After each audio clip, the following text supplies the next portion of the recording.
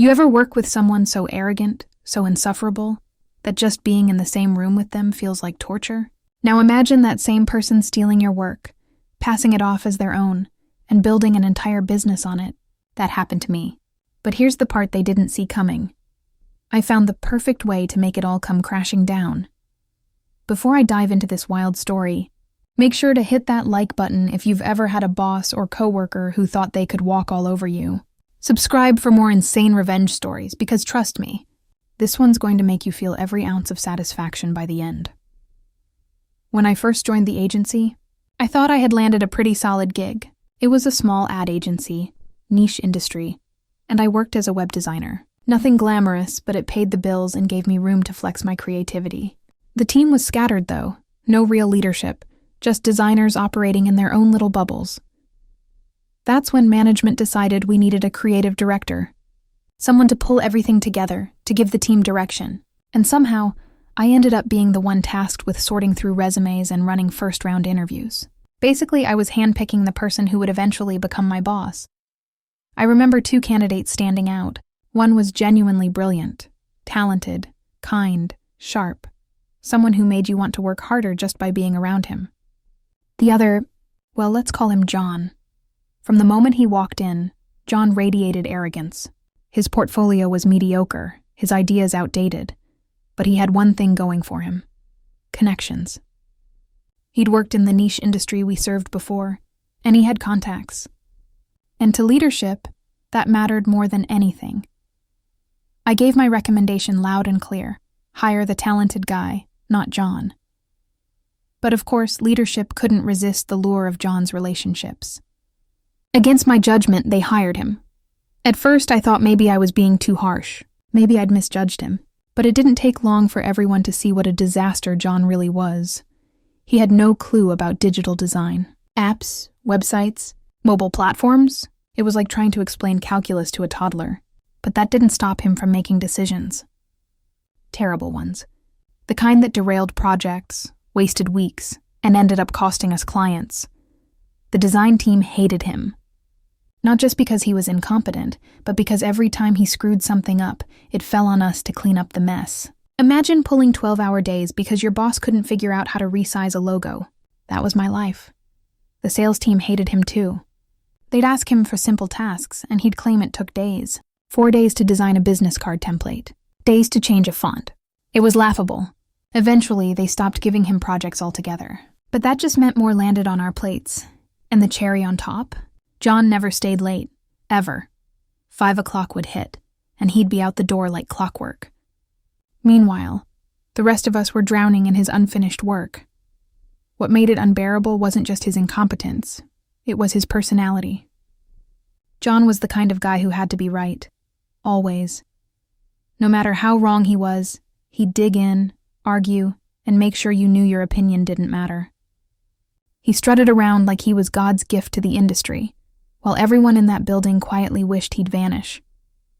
For a while, I tried. I really tried. I bit my tongue, picked up his slack, told myself it would get better. But after a year, I couldn't do it anymore. The job I once loved had turned into a nightmare, and it was clear nothing was going to change as long as John was there. So I quit. I turned in my 2 weeks, walked out, and honestly, I felt free. But freedom didn't last long, because John wasn't done with me yet. Walking away from that agency was supposed to be my clean break. No more late nights fixing disasters John created. No more biting my tongue while he paraded around pretending to be a creative genius. I thought I was finally done with him. But life has a funny way of reminding you that some villains don't just disappear. It started a month after I left. I got a message from an old coworker. Just casual chit-chat at first, and then they dropped the bomb. Hey, guess who finally got fired? I didn't even need to ask. I knew. John, for a brief moment, I felt vindicated. Finally, leadership had woken up. Finally, they saw what we had all seen from day one. The guy was a fraud.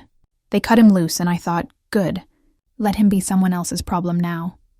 But then, one lazy evening, I was scrolling through LinkedIn. Just seeing where people had ended up. And that's when his name popped up. Creative director at new agency name. At first, I didn't recognize the company. It wasn't one of the agencies I was familiar with, so I clicked. My stomach dropped. It wasn't a new agency. It was his agency. John had started his own firm. And not just any firm, a primarily digital agency. I laughed out loud. The guy who couldn't design his way out of a paper bag had decided to make digital design his bread and butter. It would have been hilarious if it hadn't also been infuriating. Curious, I dug deeper. I clicked through his website, browsed his portfolio, and that's when rage hit me like a brick to the chest. Every single project in that portfolio was mine, my work, my blood, sweat, and sleepless nights. The websites I had designed, the app interfaces I had built, the interactive projects I had saved from his incompetence. They were all there, displayed like trophies under his name, as if he had created them. I could practically hear his smug voice in my head. As creative lead, all work done by my team is an extension of my creative direction. That was his favorite line. He'd used it 100 times back at the agency. Anytime something went well, he'd swoop in and claim it was thanks to his vision, even when he hadn't lifted a finger. And now he was using that same delusional logic to pass off my portfolio as his agency's work. I remember sitting at my desk, fists clenched, heart pounding. My mind raced with questions. Do I confront him directly?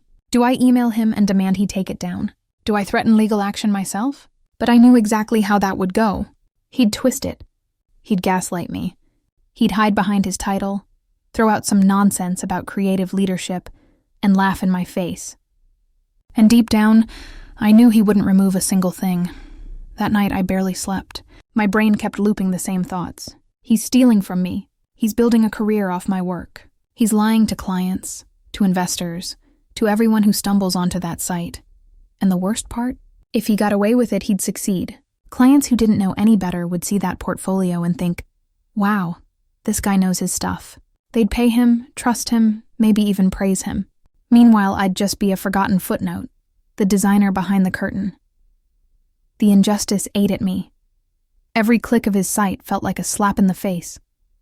Every project of mine he flaunted made my chest burn hotter. And with every hour that passed, I knew one thing for certain. I couldn't let this stand. But how? Confronting him was useless. Going public on LinkedIn would make me look bitter, maybe even unprofessional. Lawyers? Too expensive for me to handle alone. Then it hit me. I didn't need to be the one to take him down.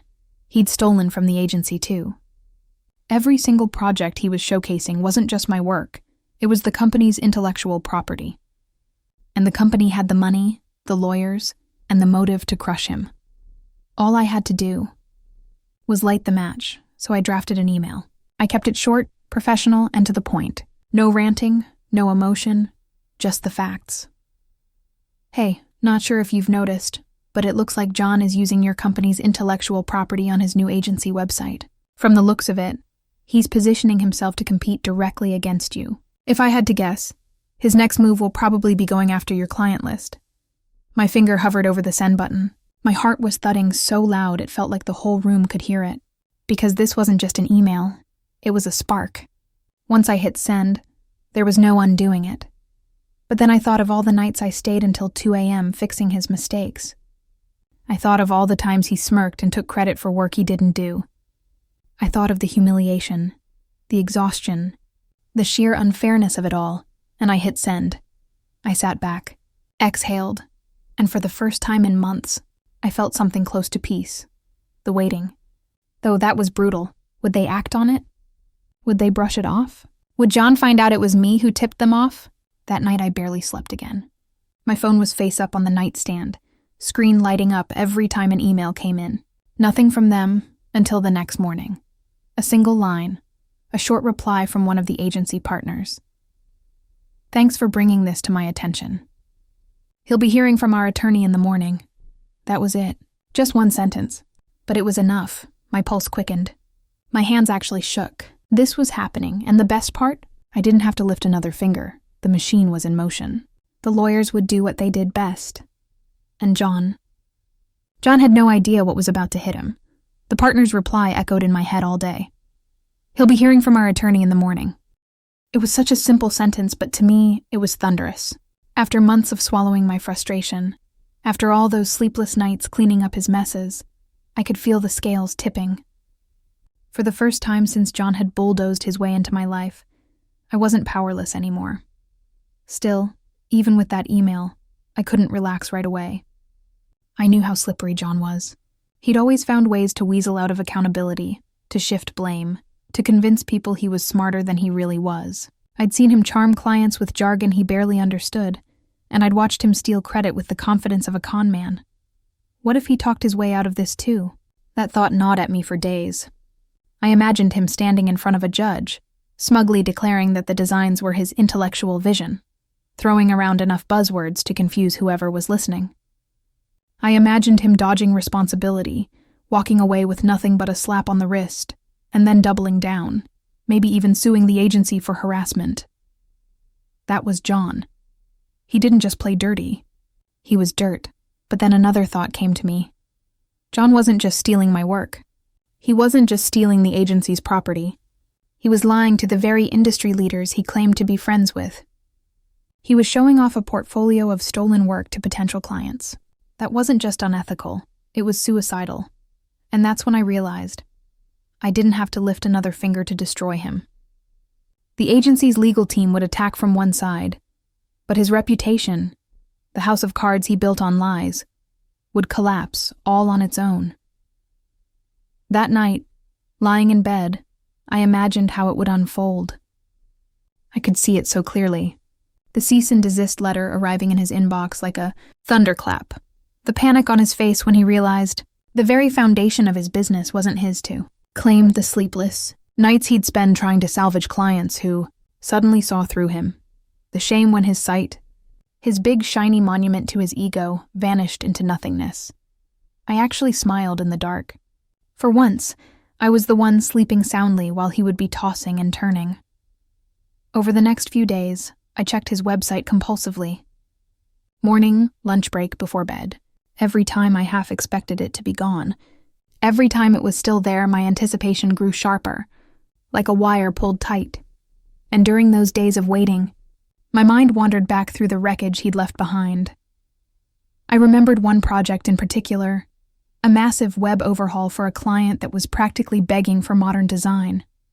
I'd poured weeks into that project, coding, designing, refining. John had been in charge, but the only thing he contributed was a disastrous suggestion that we use Flash. Years after Flash was already a dead technology. I'd argued, the team had argued, but he wouldn't budge until the client themselves rejected it. And then, when the client raved about the final product, the clean design, the seamless interface, John had been the first to step up and shake their hand, smiling like a proud parent. He'd actually told them, "I guided my team through every step of this." That memory used to make my blood boil. But now, as I thought of him sitting in his office, staring at a cease and desist letter with his name on it, I found myself savoring the irony. He'd spent his whole career leeching off other people's work. And now, finally, it was going to strangle him. On the third day, I finally saw it. I typed in the URL, heart pounding, screen loading, and there it was. 404 error, page not found. I blinked, refreshed the page, tried again. Nothing. His shiny, stolen portfolio was gone. Just like that. I leaned back in my chair and exhaled, slow and steady. I didn't cheer, didn't fist pump. The satisfaction was quieter than that, deeper. It was the kind of satisfaction that settled in your bones, that told you justice had been served. But more than anything, it was relief. Relief that I didn't have to fight him directly, didn't have to stoop to his level, didn't have to spend another second of my life tangled in his arrogance. The agency had done what I couldn't. They shut him down. And here's the best part. I later heard through the grapevine that not only was his site dismantled, but word spread fast in our niche industry. Clients talk. Agencies talk. His little black book of contacts wasn't as powerful as he thought. Once people realized he was peddling stolen work, they distanced themselves. Quietly. Quickly. He didn't just lose a website. He lost credibility. And in that industry, credibility is everything. For months, I'd felt powerless against him. But in the end, all it took was one email. One spark, and the whole illusion came crashing down. Still, part of me wished I could have seen it, really seen it. The moment he opened that email from the lawyers, the panic in his eyes, the scramble to cover his tracks, the dawning realization that it was all slipping through his fingers. But maybe that's better left to the imagination, because sometimes the sweetest revenge isn't watching your enemy burn, it's knowing they're burning, while you're finally free. When I saw that 404 error screen staring back at me, it was like the world had finally snapped back into balance. For months I had been the one cleaning up his disasters, the one losing sleep, the one carrying his dead weight. And now, it was his turn to carry the crushing burden of failure. But the revenge wasn't just in the takedown of his website. It was in the fallout that followed. I kept my ear to the ground, and sure enough, whispers started circulating in our little industry. In a niche world like ours, word spreads faster than wildfire. You didn't need to post it on social media or make a grand announcement. People just knew. One of my old coworkers texted me a week later. Guess what? John's little agency is toast. He's already lost half the clients he bragged about. I grinned at my phone, but I didn't reply. I didn't need to. I just sat there, soaking in the quiet joy of justice playing out exactly as it should. It turns out the legal team didn't just demand he pull the portfolio down. They went further. From what I heard, they slapped him with a cease and desist that spelled out, in black and white, that he couldn't use any of the agency's work, period. Not even in pitches, not in decks, not anywhere. His so-called portfolio had been his entire sales pitch. Without it, he had nothing. And here's where it gets poetic. The very thing he used to steal credit for, my work, our team's work, was the one thing he could no longer touch. He was left exposed, naked in front of potential clients, with no actual skills to back up the persona he'd built. I pictured him in meetings, fumbling for words, desperately trying to sell himself without the crutch of stolen projects. The smirk gone, the swagger deflated, just a hollow man scrambling to survive. Even better, people started talking about why his site had vanished. And in a tight-knit industry, reputations are fragile. Once the word lawsuit gets attached to your name, people don't want to risk being associated with you. Clients walked. Industry contacts stopped returning his calls. Former coworkers avoided him like the plague. In just a few weeks, the guy who strutted around like he was untouchable became radioactive. I never heard the exact details of how it all ended for him. Some said he shut the whole agency down quietly. Others claimed he tried to pivot into freelancing but couldn't land steady work. One rumor even said he left the industry altogether, disappearing into obscurity. But to me, the specifics didn't matter. The outcome was the same. John's empire of lies collapsed. And he did it to himself. For me, the real revenge wasn't about watching him suffer in real time. It wasn't about gloating or rubbing it in his face. It was knowing that the truth finally caught up with him, that the arrogance and theft and manipulation had nowhere left to hide. I'd spent so long feeling powerless under his thumb, and now I was free, truly free. No more second-guessing, no more sleepless nights, no more weight of injustice pressing down on my chest. It's funny, I didn't even feel angry anymore. The anger burned away, replaced by something better. Closure. Looking back, I realized the sweetest part of the whole ordeal wasn't just that John got what he deserved. It was that I didn't have to destroy him myself. All it took was shining a light on his lies. The rest was gravity pulling him down. And maybe that's the lesson here. Sometimes revenge doesn't have to be dramatic. It doesn't have to be loud. Sometimes it's as simple as pointing to the truth and letting the world do the rest. For me, that truth was enough to finally move on. John thought he could build an empire out of stolen work. He thought connections and arrogance could carry him where skill and honesty never could. And for a while he fooled people. He even fooled himself. But in the end, lies have a way of collapsing. And when they do, they collapse hard. Justice doesn't always arrive on time. But when it does, it's worth the wait. So if you've ever felt powerless under someone like John, someone who steals, manipulates, and struts around like they're untouchable, remember this: people like that always fall. Sometimes all it takes is the right nudge. If this story gave you even half the satisfaction it gave me, don't forget to like this video. It tells me you want more of these justice-served stories. Drop a comment below if you've ever dealt with a boss or coworker like John. I'd love to hear your revenge tales. And of course, subscribe if you want more long-form revenge stories that prove karma never misses.